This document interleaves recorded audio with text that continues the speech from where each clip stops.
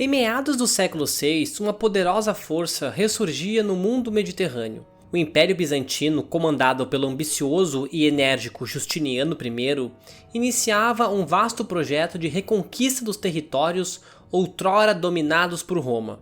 Esse plano grandioso ficou conhecido como a restauração do Império.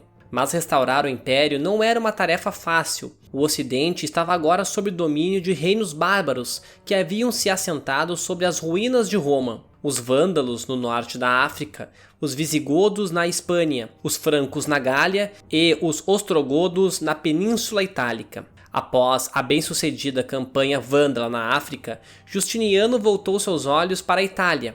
A primeira peça no tabuleiro seria a Sicília, ponto estratégico fundamental no Mediterrâneo, e o primeiro grande desafio dessa nova guerra, o cerco de Panormo, entre novembro e dezembro de 535. Mas antes de continuar, não esqueça de deixar o like e se inscrever no canal para acompanhar os próximos episódios. A Guerra Gótica foi travada entre o Império Bizantino e o Reino Ostrogodo da Itália. O Reino Ostrogodo havia sido estabelecido décadas antes por Teodórico o Grande, um rei bárbaro admirado até pelos romanos. Ele governou com sabedoria, tolerância religiosa e grande respeito pelas instituições romanas. No entanto, após sua morte, o reino entrou em decadência política. O rei ostrogodo Teodato, que chegou ao poder por meio de manobras palacianas e casamentos forçados, era visto como fraco e impopular, inclusive entre seus próprios nobres. Justiniano viu uma oportunidade para intervir em nome da ordem romana. O general bizantino Belisário, veterano das guerras contra os persas e da recente campanha contra os vândalos, foi escolhido para liderar a invasão da Itália, começando pela Sicília. Essa ilha era essencial, rica em grãos, com posição geográfica privilegiada e defesas bem estabelecidas, servia como ponte entre norte da África, o sul da Itália e o Oriente. Em meados de 574, Belisário desembarcou na Sicília, com uma força modesta, porém altamente treinada e disciplinada. Cerca de 7.500 homens, incluindo arqueiros montados, cavalaria pesada, mercenários hunos e soldados herúlios. A campanha começou com rapidez. Muitas cidades sicilianas se renderam sem combate, inclusive Siracusa, Messina e Catânia. Os bizantinos foram geralmente bem recebidos pela população local, desgostosa com a negligência e altos impostos cobrados pelos ostrogodos. Mas uma cidade resistiu.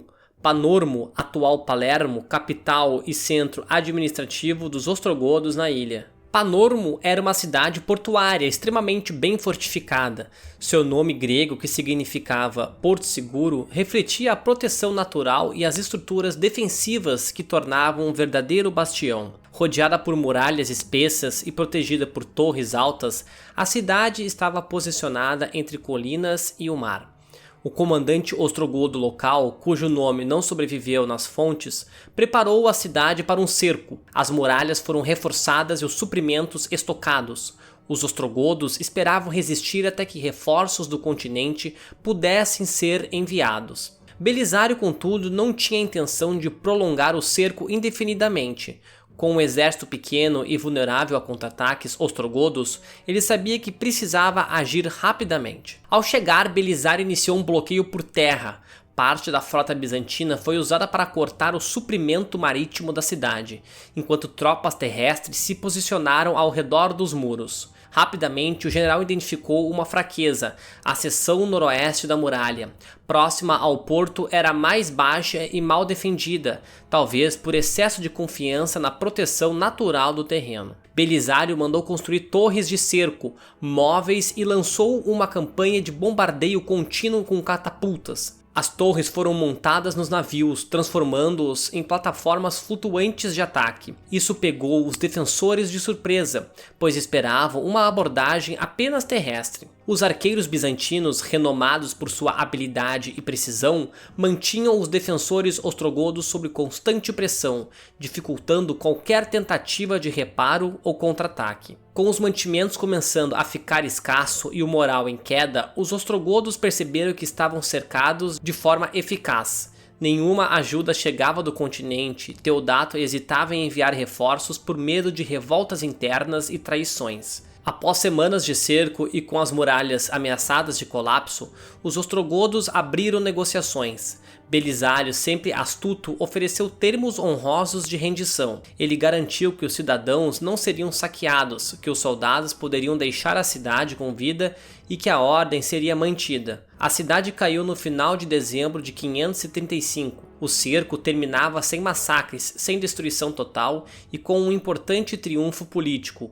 Belisário havia mostrado que era possível conquistar corações e mentes, não apenas muros e cidades. Esse tratamento generoso era parte de uma estratégia mais ampla, conquistar o apoio da população civil e enfraquecer a legitimidade do domínio ostrogodo. A queda de Panormo marcou a conclusão da conquista da Sicília pelos bizantinos. Em apenas alguns meses, uma força relativamente pequena havia retirado os ostrogodos de uma das regiões mais importantes do Mediterrâneo. Do ponto de vista logístico, a vitória foi fundamental. A Sicília se tornaria a base de suprimentos, ponte de apoio para as futuras campanhas na Península Itálica, incluindo o cerco de Nápoles e Roma, que seriam muito mais sangrentos e prolongados. Politicamente, a vitória também desmoralizou os ostrogodos.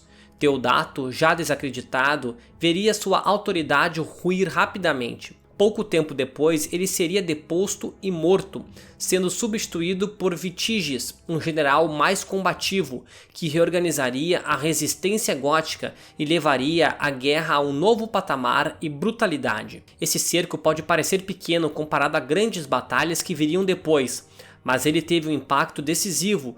Foi o primeiro passo na reconquista da Itália e demonstrou o poder da estratégia, da diplomacia e da inteligência militar de Belisário. Mas o que viria a seguir colocaria à prova todos os recursos do Império Bizantino. A cidade de Nápoles, fortemente defendida e abastecida, seria palco de um cerco muito mais difícil, onde a resistência civil e militar ostrogoda testaria os limites do exército bizantino. E depois viria Roma, a eterna cidade, símbolo do Império Perdido, que entraria novamente no campo de batalha. No próximo episódio vamos acompanhar o cerco de Nápoles e como a guerra de reconquista começou a se transformar em um pesadelo sangrento e prolongado para ambos os lados.